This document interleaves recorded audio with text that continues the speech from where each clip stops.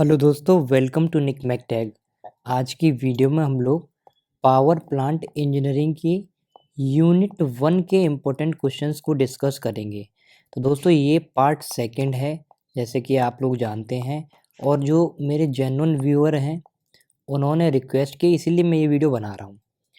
तो आपसे एक बात मैं पहले ही बताना चाहता हूँ, अगर थोड़ा बहुत नॉइज़ वगैरह आ जाए आप इस वीडियो में तो आप घबराना मत। आप लोग कंप्लीट वीडियो देखोगे तो आपको कल के एग्ज़ाम में 110% दोस्तों एक या दो क्वेश्चन इसी वीडियो से देखने को मिलेंगे, यानी कि 20 नंबर भी आपके पक्के हो सकते हैं इस वीडियो से।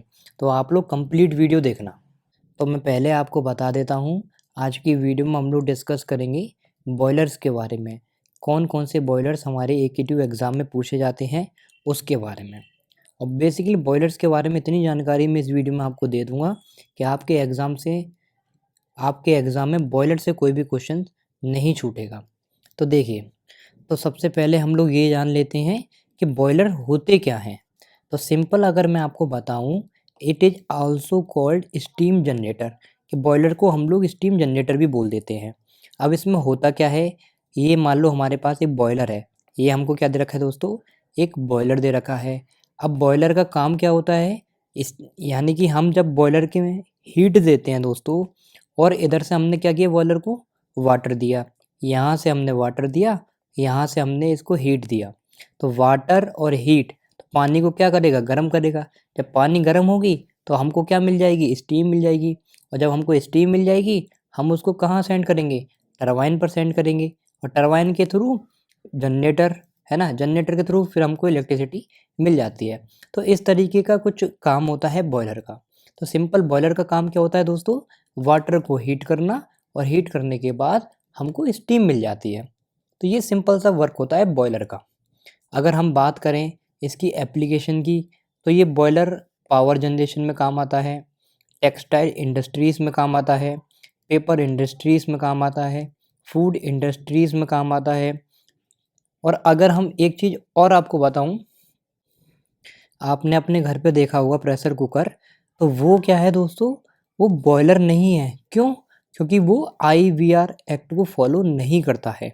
अब आईवीआर एक्ट क्या होता है दोस्तों, ये इंडियन बॉयलर रेगुलेशन एक्ट होता है। समझ आया, इसको फॉलो नहीं करता है, इसीलिए प्रेशर कुकर हमारा एक बॉयलर नहीं है। क्योंकि देखो वहाँ भी वाटर का इस्तेमाल करके हमें स्टीम मिलती है, लेकिन वो हमारा बॉयलर नहीं होता है। ये बात आपको याद रखनी है। बॉयलर के बारे में अगर मैं थोड़ी सी बात आपको और बताऊं, तो boiler capacity should exceed more than 22.75 litres. Boiler should be operated after inspection of boiler by chief inspector. यानी कि पहले जो चीफ इंस्पेक्टर होता है वो अच्छी तरीके से बॉयलर का इंस्पेक्शन करता है, उसके बाद बॉयलर को चलाया जाता है। हाई ऑपरेटिंग प्रेशर, बॉयलर का ऑपरेटिंग प्रेशर कैसा होता है दोस्तों, बहुत ज़्यादा होता है। अब हम बात कर लेते हैं क्लासिफिकेशन के बारे में। देखो ये इतना इम्पोर्टेंट नहीं है क्लासिफिकेशन, बट फिर भी मैं आपको बता देता हूँ। बॉयलर को हम लोग दो तरीके से क्लासीफाई कर सकते हैं, एक तो water tube boiler, second fire tube boiler. Water tube boiler के बारे में अगर हम बात करें, तो दोस्तों एक ट्यूब होता है जिसके अंदर क्या होता है, वाटर भरा होता है, ठीक है, और उसके सराउंडिंग में क्या होती है, हॉट गैसेज होती हैं। इसी तरीके से फायर ट्यूब बॉयलर में दोस्तों एक ट्यूब के अंदर हॉट गैसेस होती हैं और सराउंडिंग में क्या होता है, वाटर रहता है। ये बात आपको याद रखनी है। नेक्स्ट अगर हम बात करें, तो हम वाटर सर्कुलेशन अरेंजमेंट के थ्रू किस तरीके से बॉयलर को क्लासिफाई कर सकते हैं। एक तो नेचुरल सर्कुलेशन और फोर्स सर्कुलेशन। अगर मैं नेचुरल सर्कुलेशन में आपको बताऊं, तो नेचुरल सर्कुलेशन में क्या है कि ऑटोमेटिक सारा काम हो रहा है। फोर्स सर्कुलेशन में हमें एक्सटर्नल, बाहर से फोर्स लगाना पड़ता है सर्कुलेट कराने के लिए। क्या चीज़ सर्कुलेट कराने के लिए, वाटर सर्कुलेट कराने के लिए दोस्तों, ठीक है। तो वही चीज़ यहाँ पर लिखी है, in this water circulate in boiler due to density difference between hot and cold water. तो नेचुरल सर्कुलेशन में दोस्तों क्या होता है, डेंसिटी डिफरेंस की वजह से पानी का सर्कुलेशन होता है। फोर्स सर्कुलेशन में क्या है, if a water pump forces the water along its path then it is called force circulation. यानी कि पंप की मदद से दोस्तों वाटर का सर्कुलेट हम लोग कराते हैं। पंप की मदद से वाटर को ऊपर करते हैं और जहाँ पर हमको ज़रूरत होती है वहाँ पर वाटर को पहुँचाते हैं। तो ये फोर्स सर्कुलेशन हो गया।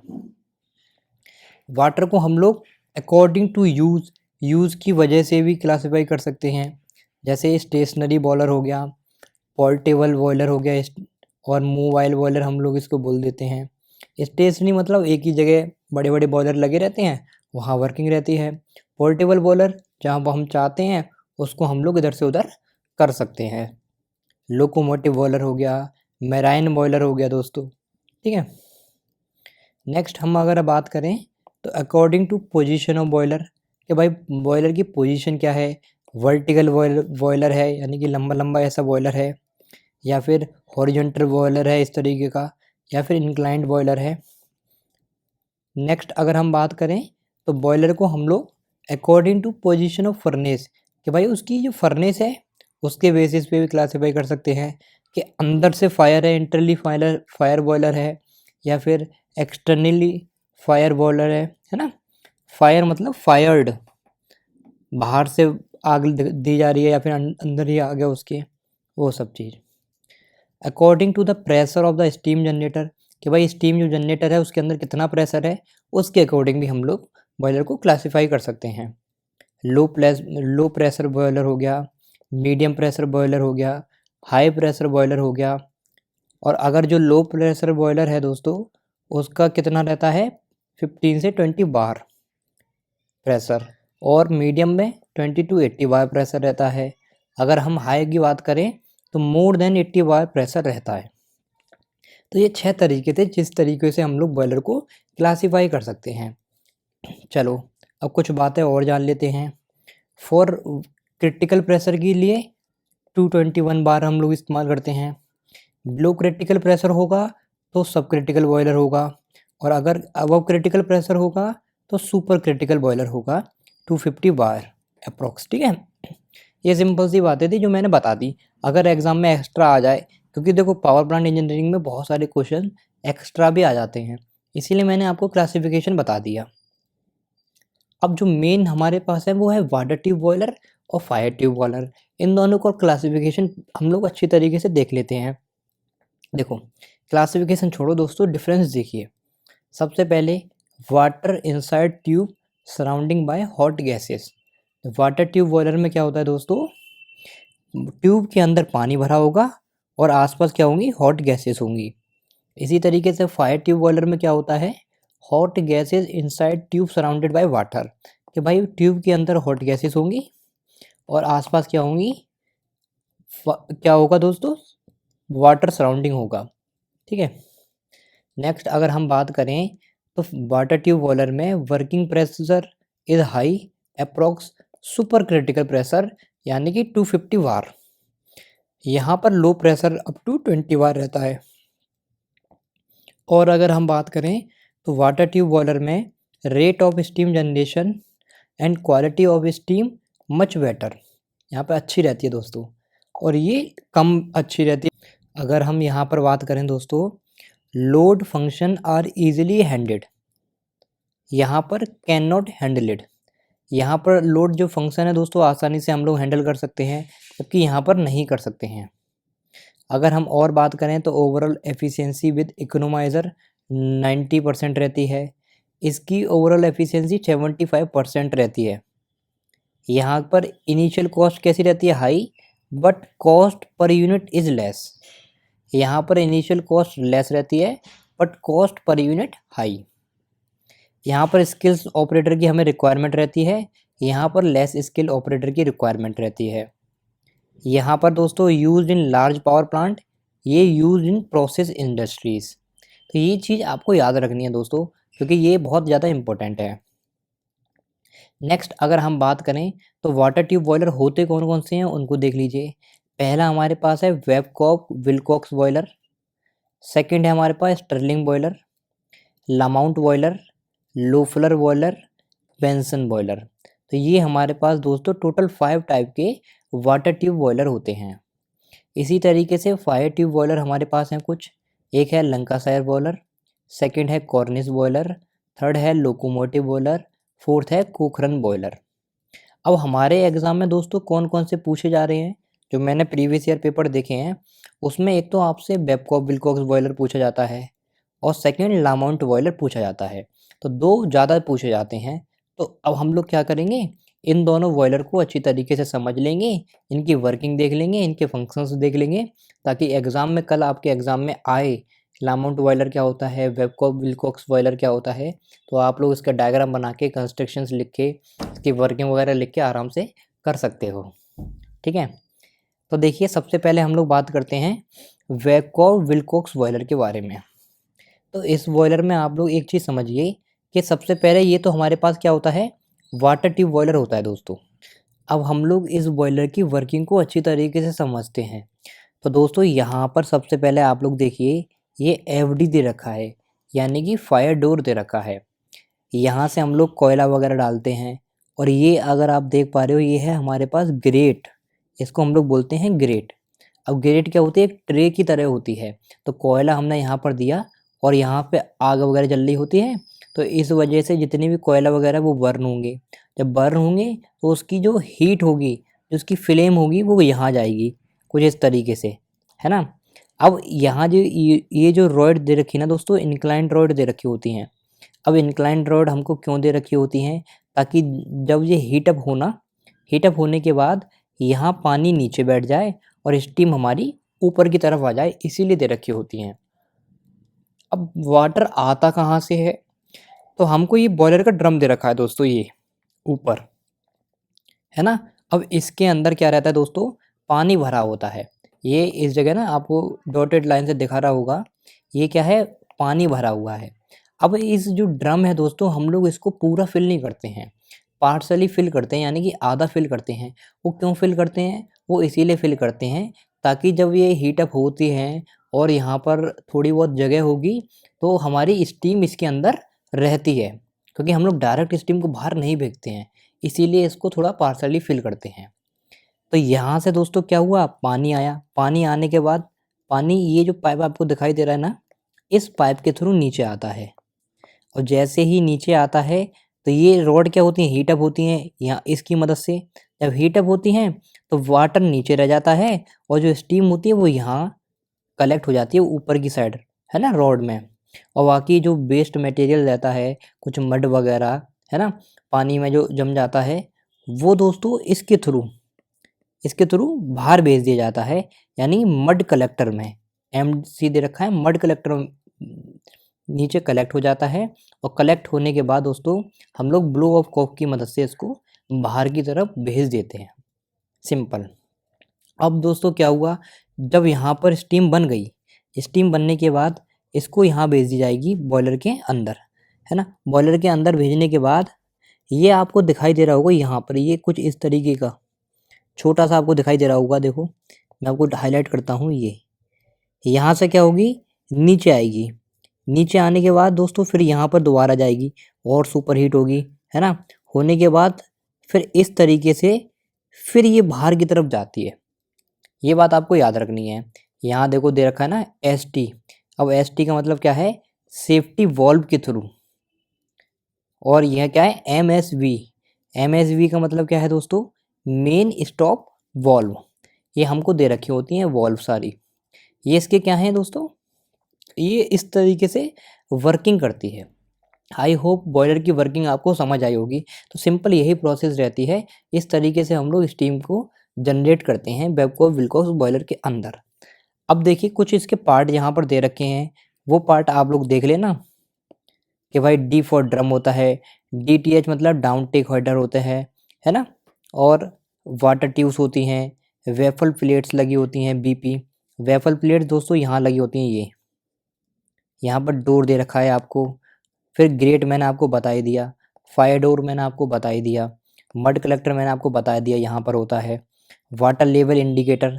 अच्छा दोस्तों देखो यहाँ पर वाटर लेवल इंडिकेटर लगा होता है, ये आपको दिखाई दे रहा है। ये आपको बता देता है कि भाई कितना वाटर बॉयलर के अंदर आपको फिल करना है, इसीलिए वाटर लेवल इंडिकेटर यहाँ पर आपको लगा रहता है, ठीक है। फिर यहाँ पर प्रेशर गेज की बात कर रहे हैं कि भाई प्रेशर गेज भी लगा रहता है, ये कि भाई बॉयलर के अंदर कितना प्रेशर है ड्रम के अंदर, वो आपको सब बता देता है। ये प्रेशर गेज यहाँ पर लगा होता है। सुपर हीटर ट्यूब्स, एसटी जो लगे होते हैं दोस्तों, सुपर हीटर ट्यूब्स मैंने बताया आपको, जो स्टीम यहाँ पर कलेक्ट हो जाती है, कलेक्ट होने के बाद नीचे आती है और उसको दोबारा से सुपर हीट किया जाता है। सुपर हीट क्रिएट करने का मतलब क्या होता है दोस्तों, क्योंकि इसके अंदर थोड़ी सी वाटर भी मॉइस्चर प्रेजेंट होता है, उसको भी हटा दिया जाता है, इसीलिए सुपर हीट करने के बाद ऊपर भेज दिया जाता है दोबारा से। फिर यहाँ पर सेफ्टी वॉल्व मैंने आपको बताई दी क्यों लगाते हैं, मेन स्टॉप वॉल्व भी आपको पता है। इसी तरीके से लोअर जंक्शन बॉक्स, अपर जंक्शन बॉक्स यहाँ पर दे रखा है, ठीक है। ये यू फीड वॉल्व, अब इन सब का काम क्या होता है वो मैं आपको नीचे जब दूसरा बॉयलर बताऊंगा ना उसमें समझा दूंगा। आई होप आपको ये वेबकॉप विल्कोक्स बॉयलर की वर्किंग समझ आई होगी। अब इसके मेन पॉइंट हम लोग पढ़ लेते हैं। सबसे पहली बात दोस्तों, इसका जो ऑपरेटिंग प्रेशर होता है वो एबव 10 बार यानी कि मैक्सिमम 40 बार तक रहता है। अगर मैं एवापोरेटिंग कैपेसिटी की बात करूं तो 7000 केजी पर हावर स्टीम पैदा करता है दोस्तों। 7000 केजी पर हावर स्टीम जनरेट करता है ये। नेचुरल सर्कुलेशन होता है ना। एक्सटर्नली फायर्ड रहता है, वो मैंने आपको बता दिया क्योंकि ये वाटर ट्यूब बॉयलर है, ट्यूब के अंदर वाटर रहेगा और बाहर क्या होगी, आग होगी, इसीलिए एक्सटर्नली फायर्ड रहता है। यहाँ पर हम लोग कोई पंप वगैरह की ज़रूरत नहीं पड़ती हमको, इसलिए नेचुरल सर्कुलेशन है। हॉरिजेंटल बॉयलर होता है विद इंक्लाइन ट्यूब, ये बात याद रखना दोस्तों। हॉरिजॉन्टल बॉयलर होता है यानी कि लेटा हुआ बॉयलर होता है, लेकिन इंक्लाइन ट्यूब लगी होती हैं इसमें। स्टेशनरी बॉयलर है, ये बात आपको पता ही है। अगर मैं कंस्ट्रक्शनल फीचर्स की बात करूं तो इसका डायमीटर होता है 1.2 मीटर टू 1.83 मीटर। लेंथ कितनी रहती है दोस्तों, 6 मीटर से 9.144 metre. Dia of water tube जो होती हैं वाटर ट्यूब, उसका डायमीटर कितना रहता है 7.6 सेंटीमीटर से 10.1 सेंटीमीटर तक रहता है। और डायमीटर ऑफ सुपर हीटर का कितना रहता है 3.84 सेंटीमीटर से 7.1 सेंटीमीटर। अब इतना कुछ आप अगर नहीं लिखना चाहोगे तो मत लिखना, कोई बात नहीं। मेन चीज़ यहाँ पर ज़रूर लिखना दोस्तों, जैसे वाटर ट्यूब्स जो होती हैं वो इंक्लाइन ट्यूब्स होती हैं, क्यों, so that cold water will remain at downtake header, यानी कि जो ठंडा पानी है वो नीचे की तरफ रह जाए और जो हॉट स्टीम है दोस्तों वो ऊपर की तरफ आ जाए, ठीक है। ये मैंने आपको बताया था कि भैया यहाँ पर जो कोल्ड वाटर है पानी नीचे रह जाता है और स्टीम हमारी ऊपर हो जाती है। ऊपर हल्की होती है स्टीम दोस्तों, इसीलिए ऊपर रह जाती है, जो भारी चीज़ होती है वो नीचे रह जाती है, इसीलिए इंक्लाइंड प्लेट का हम लोग इस्तेमाल करते हैं। वही यहाँ पर बोला गया है कि भाई इंक्लाइंड ट्यूब्स हम लोग इसमें इसलिए इस्तेमाल करते हैं। और जो इंक्लाइंड ट्यूब है इसका एंगल कितना रहता है दोस्तों 15 डिग्री। ये जो एंगल है ना ये 15 डिग्री का रहता है इंक्लाइंड ट्यूब का। और ट्यूब्स जो होती हैं दोस्तों जिग जैग पैटर्न को फॉलो करती हैं। क्यों फॉलो करती हैं, वो इसीलिए फॉलो करती हैं, अगर हम लोग इस तरीके से ट्यूब लगा देंगे सीधी सीधी तो हीट इतनी जल्दी पहुंच नहीं पाएगी, है ना, इसीलिए जिग जैग ट्यूब लगी होती हैं दोस्तों। हालांकि सामने से आपको बिल्कुल सीधी दिख रही हैं लेकिन जिग जैग पैटर्न में लगी होती हैं ये ट्यूब्स, ताकि so that more heat exposure area will create and more heat will be. Different mountings are used और सेफ्टी वाल्व भी यूज़ करते हैं हम लोग। अगर मैं एसेसरीज़ की बात करूं तो मैंने आपको बताया था यहाँ पर हम लोग water level indicator, pressure gauge, fusible plug, steam stop valve, feed check valve, blow off cock, mud box, man hole, ये सब लगाते हैं। सुपर हीटर का काम क्या होता है, which super heat steam before going out for application, यानी कि स्टीम को दोबारा से सुपर हीट करता है ताकि जो उसमें मॉइस्चर प्रेजेंट है वो अलग हो जाए और स्टीम हमारी जो रहे वो बाहर निकल जाए फिर। तो इस तरीके से हमारी वेबकॉप विल्कोक्स बॉयलर काम करता है। अब हम सेकंड बॉयलर देखते हैं जो कि आपके लिए बहुत ज़्यादा इम्पोर्टेंट है, वो है आपका लामाउंट बॉयलर। अब इस बॉयलर को अच्छी तरीके से समझिए। ये क्या है दोस्तों, एक मॉडिफाई बॉयलर है। जो कमियां उसमें रह गई थी ना वो सब कमियां इसमें दूर की गई हैं। अब जैसे इसमें अलग अलग प्रकार की एसेसरीज़ का इस्तेमाल किया गया है कि भाई इकोनोमाइज़र क्या होता है, सुपर हीटर का इस्तेमाल किया है ना, तो ये सब क्या है अलग चीज़ हैं जो हमने इसमें इस्तेमाल की हैं। अब इसकी वर्किंग समझने के लिए ये समझिए आप लोग, देखो वर्किंग मैं आपको इससे बताता हूँ। सबसे पहले दोस्तों ये चीज़ देखिए, अगर मैं इसको थोड़ा छोटा करूँ, ये है मेन यहाँ पर दोस्तों बॉयलर का ड्रम, ये बॉयलर का ड्रम है। अब यहाँ पर क्या है दोस्तों, यहाँ वाटर है, ठीक है, और यहाँ ऊपर क्या है, स्टीम है। अब क्या होता है, यहाँ जो वाटर है ये नीचे दोस्तों इस तरीके से आता है, नीचे जब इस तरीके से आता है तो यहाँ लगी होती है पंप, पंप के थ्रू ये भेज दिया जाता है। कहाँ भेज दिया जाता है दोस्तों, रेडिएंट एवापोरेटर के अंदर। रेडिएंट एवापोरेटर क्या करता है, इसको जो पानी है इस ट्यूब्स में इस तरीके से जाता है, जाने के बाद यहाँ पे रेडिएशन के थ्रू दोस्तों ये हीट अप होता है। जब हीट अप होता है तो स्टीम कहीं ना कहीं जनरेट होती है। जब स्टीम जनरेट होती है, थोड़ी बहुत स्टीम तो मिल जाती है, क्योंकि भाई पानी गर्म होगा तो स्टीम तो हमको मिलेगी।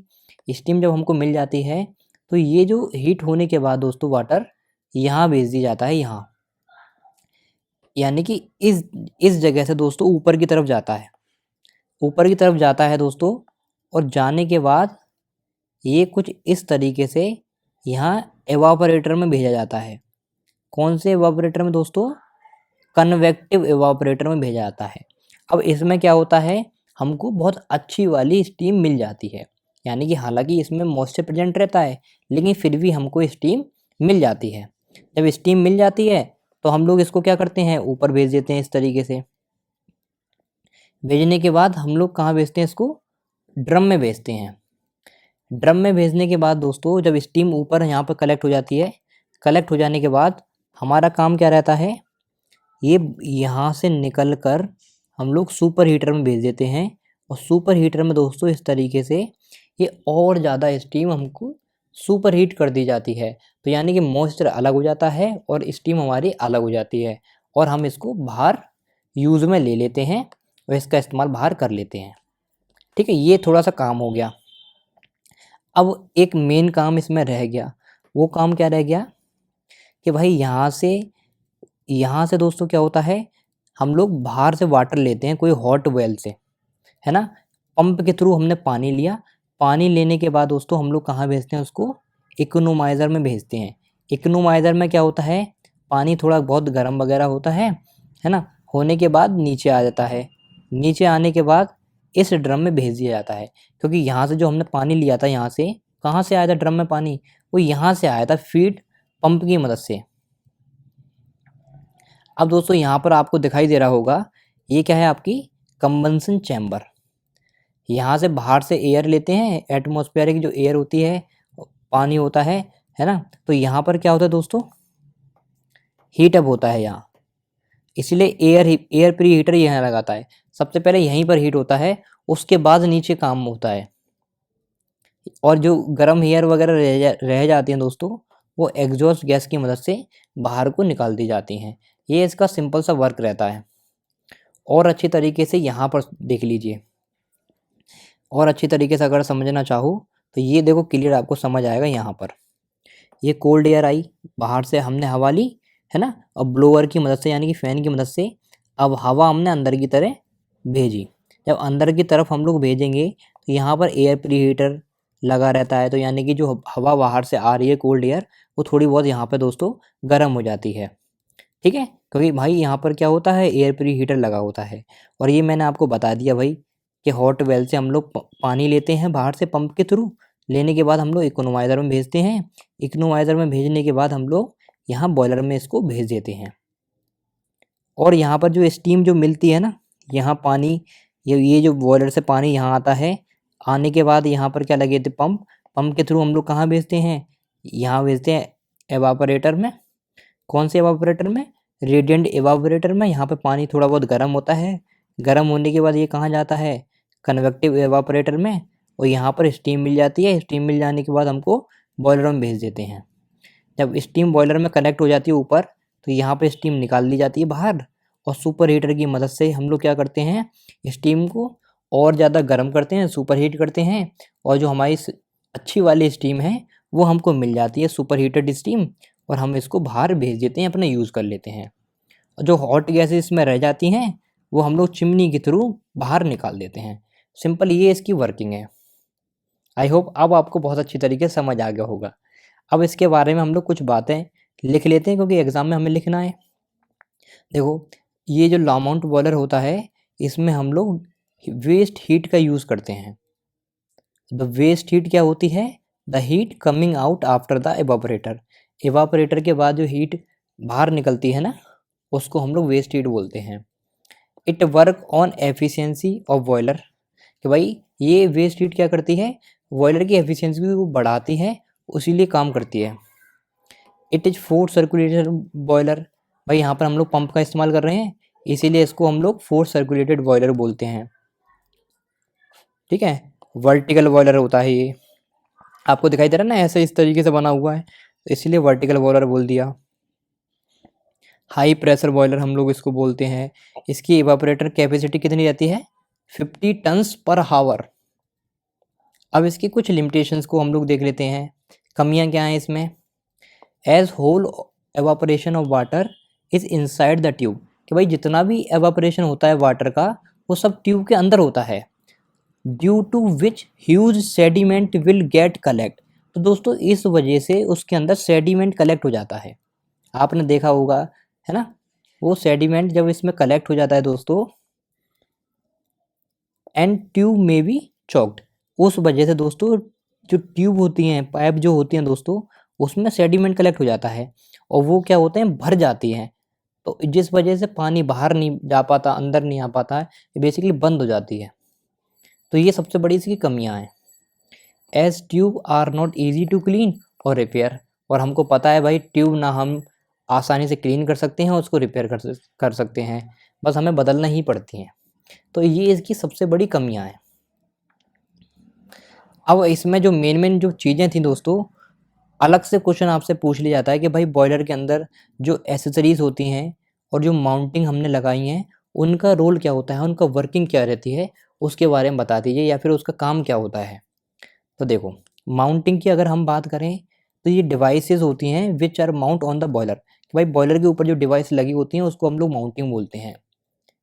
पार्ट ऑफ वर्किंग मैकेनिज्म, देखो, working principle of boiler depend on mounting. Working principle किसके ऊपर डिपेंड रहता है? माउंटिंग के ऊपर। अगर मैं एसेसरीज की बात करूं, भाई एसेसरीज क्या होती हैं? ये ऐसी डिवाइस होती हैं जो बॉयलर की एफिशिएंसी को बढ़ाती हैं। Not the part of mechanism, ये मैकेनिज्म का पार्ट नहीं होता। एसेसरीज हमारी बॉयलर के अंदर लगी रहती हैं, जैसे एवापोरेटर तुम्हारा, इकोनोमाइजर वगैरह ना, ये क्या है? एसेसरीज हैं जो बॉयलर की एफिशिएंसी को बढ़ाती हैं। Assembled part need to join to attach. Boiler की माउंटिंग्स अब हम देखते हैं। देखो, boiler mountings are different fittings and device which are mounted on boiler shell for proper functioning and safety. यानी बॉयलर के ऊपर जो डिवाइसेस लगी होती हैं, सेफ्टी वॉल्व वगैरह, वो क्या है? इसकी माउंटिंग है। माउंटिंग को हम लोग दो ग्रुप में सेपरेट कर सकते हैं, डिवाइड कर सकते हैं। पहला आपकी माउंटिंग फॉर सेफ्टी, सेफ्टी के लिए जो लगी होती हैं, है ना, माउंटिंग का मतलब क्या है? लगाना। दूसरा माउंटिंग फॉर कंट्रोल, देखो ये सेफ्टी वॉल्व हम लोग लगाते हैं, ये कितनी होती हैं? दो लगी होती हैं सेफ्टी वॉल्व बॉयलर के ऊपर। High pressure low valve, low pressure safety valve होती हैं, किसमें? लंकासायर और कोइनिस बॉयलर में एक लगी होती है। वाटर लेवल इंडिकेटर लगा होता है, जो मैंने आपको बताया था। फ्यूजेबल प्लग लगा होता है। तो ये सब क्या है? माउंटिंग्स हैं दोस्तों। यहाँ अगर हम बात करें जो भाई कंट्रोल के लिए माउंटिंग कौन कौन सी यूज़ होती हैं? Pressure gauge, steam stall valve, feed check valve, blow up cock, man hole, जहाँ पर सफाई वगैरह करते हैं ना, इंसान आदमी जाता है उसके अंदर सफाई वगैरह करने के लिए, मड बॉक्स, ये सब क्या है? Mounting for control. अब हम एक एक करके इन सब की फंक्शंस देखते हैं भाई। सेफ्टी वाल्व का काम क्या होता है? It do not allow boiler pressure to rise beyond it safety pressure, है ना, यानी कि एक सेफ प्रेशर दोस्तों सेट कर दिया जाता है, और उस प्रेशर से बॉयलर ज़्यादा ना हो, बॉयलर का प्रेशर उससे ज़्यादा ना हो, उस लिए सेफ्टी वाल्व लगाई जाती हैं। ये कहाँ पर लगी होती हैं? Located on the top of the boiler shell, कि भाई जो बॉयलर की सेल होती है ना, अभी मैंने आपको बताया था बॉयलर सेल, इसके ऊपर लगी होती है सेफ्टी वाल्व। और देखिए दोस्तों क्या है, there are 4 types of safety valve. यहाँ पर 4 तरह की सेफ्टी वॉल्व का इस्तेमाल करते हैं हम लोग। Dead weight safety valve, spring loaded safety valve, lever loaded safety valve, high steam and low water safety valve. अब हम बात करते हैं वाटर लेवल इंडिकेटर का। तो ये कहाँ पर लगा होता है? It is located in front of the boiler. Boiler के फ्रंट में लगा होता है।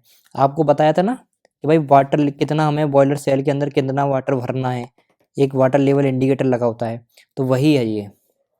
Y this level of water can be easily seen by the attendance. जो भाई देख रहा है भाई कितना पानी भरना है बॉयलर के अंदर, तो वाटर लेवल इंडिकेटर बता देता है कि भाई पार्सली फिल करना है, पूरा बॉयलर को भरना नहीं है।